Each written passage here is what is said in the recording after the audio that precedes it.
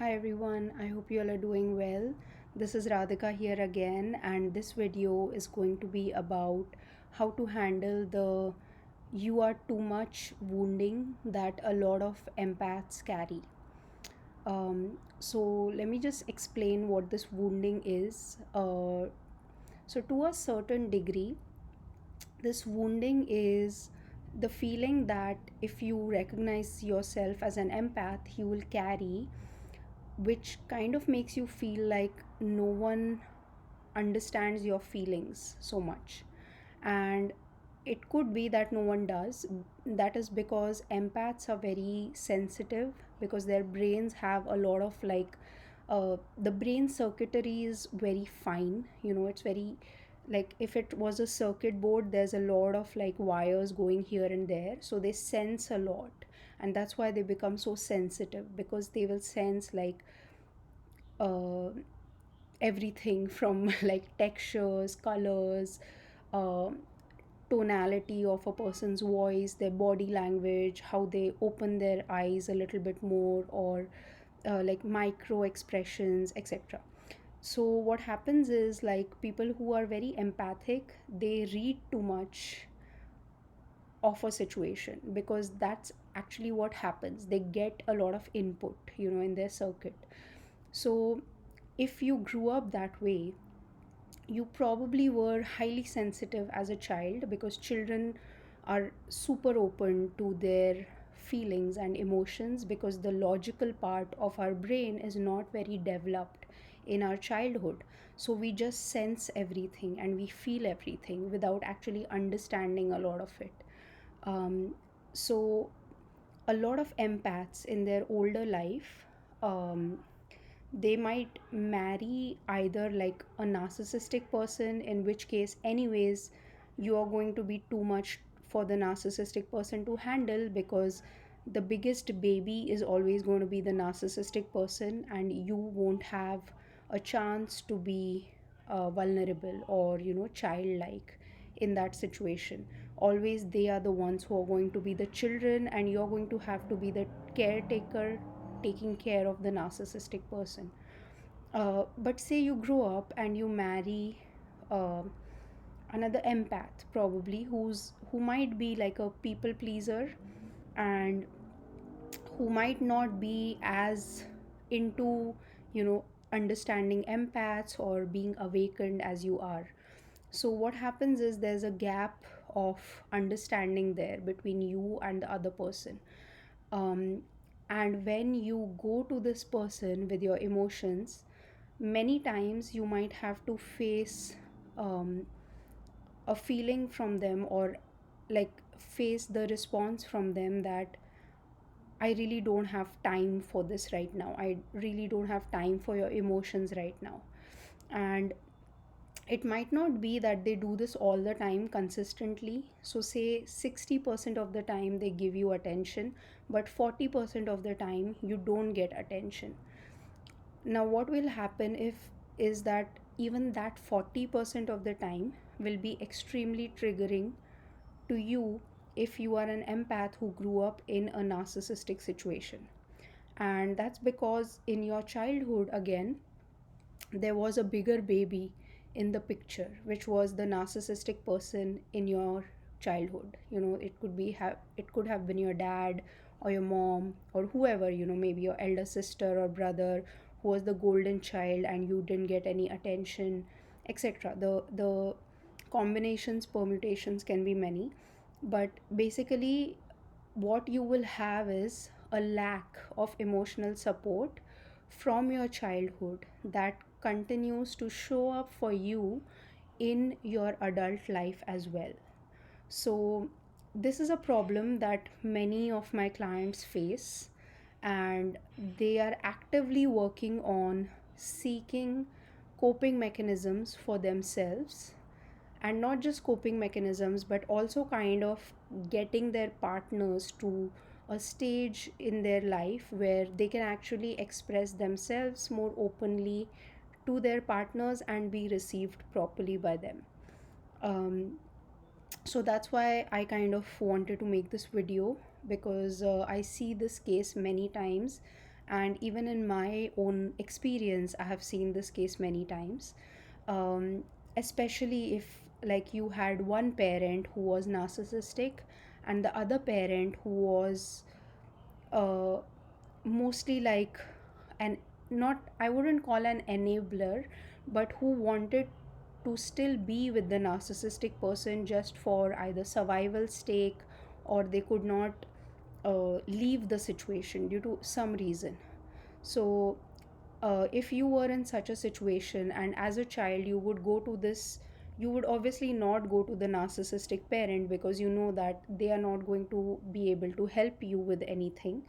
But if you go to the other parent who's like just trying to make the relationship work, a lot of times you will feel that the other parent is extremely exhausted because they are already taking care of a bigger baby, which is the narcissistic person, and they will give you things like, I don't have time for this, or I'm too tired, I can't handle it. And they might even say to you that you are too emotional, you're too sensitive, your emotions are too much to handle. Or even if they don't say it, like you will subtly feel it from the responses that you get over time, and you will learn over time not to go to that parent with your issues. Sometimes it's also like shaming and guilting that I do so much, I have so much on me, I can't help you right now, or something like that. So it's, I understand that sometimes parents don't have time to help their kids, but if it repeatedly happens over years, then the child feels that their emotions are too much to handle. If it happens once, or like if it's a non frequent happening in the child's life, that's not an issue because no parent is going to be 100% perfect. But if it happens frequently enough that the child learns that when I go with an emotional problem to my parent, they're like the parent who's saner, who's not narcissistic, they are going to not accept my problems or not listen to me or not solve my problems. Then the child realizes that the internal wounding that gets created is that my emotions are too much, or I can't, um, I'm too much to handle. That's the kind of feeling that a person, that the child creates inside of them. And when in the adult life you see that feeling, you see that scenario again being repeated in an intimate relationship, it can actually really be triggering for you. And what you have to understand at that point is that there's this external event that is happening, which is your current intimate relationship, which is triggering this story that you already have in your subconscious and conscious brain about a lack that you had in your childhood. And the trigger actually points you to that lack, and that lack is a lack of emotional support that you had in your childhood. And a lot of times like my clients at this point will be like pretty much bawling, like because they realize that's why they are in therapy, that's why they have a counselor now, because that is the lack that they have been having. So I'm not like trying to sell my services here, but I'm just saying you can go to any counselor anywhere, any therapist. um, and if you have a good support system, like good friends who are not competitive, who are not just trying to one up you, who are actually listening, then you don't even need a therapist. You can actually call your friend, talk to them, get some emotional support. um, Another learning of this situation, another way to deal with it, is basically, if you see that your partner is incapable of helping you, try it a few times. I'm not saying give up on your partner right away, but keep trying to make progress. But at the same time, don't keep like too much expectations from that partner to be able to give you that emotional support. So don't like beat your head against a wall with that partner. What you do is you find another way of getting that support, like through a therapist, a friend, a support group, anything like that. You have to like kind of fill that emotional lack that you had in your childhood with something, um something good for you.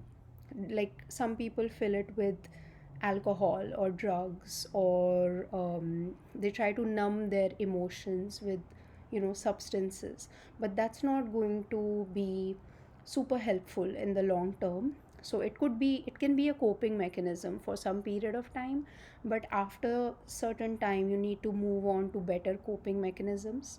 um, so you can move on to like some things where you express yourself. Like if you have emotions, you can write them down on a piece of paper. You can write a poem, you can make a video, you can dance probably. And it's always good to like transmute your emotions into expression. Like, so it's like in the energy centers, it goes from the sacral chakra, which is the second chakra from the base of the spine, to the throat chakra, which is your Vishuddha chakra. So it's actually all the things that you're feeling in your sacral chakra, all these emotions, you are actually giving them expression through your Vishuddha chakra. So basically, that's a really nice, like, yogic way of transmuting your emotions. And if you can put it out there to help other people, no matter how many, like, maybe five people see it, but at least they are seeing it. Maybe it touches someone, maybe it helps someone, and maybe they do the same thing, and that helps five more people. So it's basically, if you express your emotions in a healthy, organic way, you can actually heal the wound which says you're too much, or you're too difficult to handle, or I can't handle you. Those wounds that you have from your childhood, which shouldn't have been there, but which we all have in varying degrees, you can actually help heal them.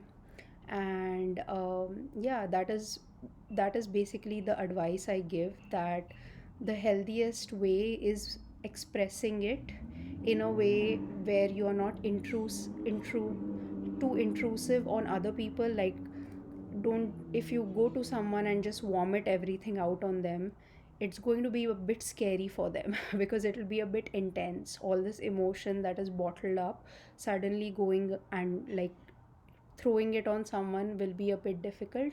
But if you can slowly purge it in good way, then this wound actually gets healed, and you get a lot of understanding of where this comes from. And then the next time your partner or someone, your friend or anyone, whoever is doing this to you, they say that I can't handle this right now, you will actually take them on face value, and you will understand that they can't handle it right now, and they are telling you that. And if they say you're too much to handle, then maybe that's true too. Maybe they are not equipped to handle as many emotions as you feel, because maybe they are wired a different way. But again, there's a catch here, because if you have a partner who's just lazy and who just doesn't want to invest in your relationship, then again that's a red flag, because maybe they can handle it but they just don't want to. So you kind of have to use your discretion in this way, like, is this a good person, is this a person who's just making excuses, etc. So I'm not saying just blindly go on excusing everyone everywhere, but it depends on what your situation is. So kind of according to your situation, you can tune it. So yeah, that was this video, and just wanted to tell you that the channel is kind of in a maintenance mode right now, because I am frankly not getting any inspiration to make any videos. But as and when I do keep posting videos. So please keep subscribed, be subscribed to the channel if you are, and keep subscribing if you're not subscribed. But I do make it a point to post to the communities tab of the channel every now and then, and also the members section is almost daily updated daily. So yeah, so if you are supporting this channel, I really thank you. And I hope you all have a great day and wish you all a lot of love and a lot of light. Thank you. Bye.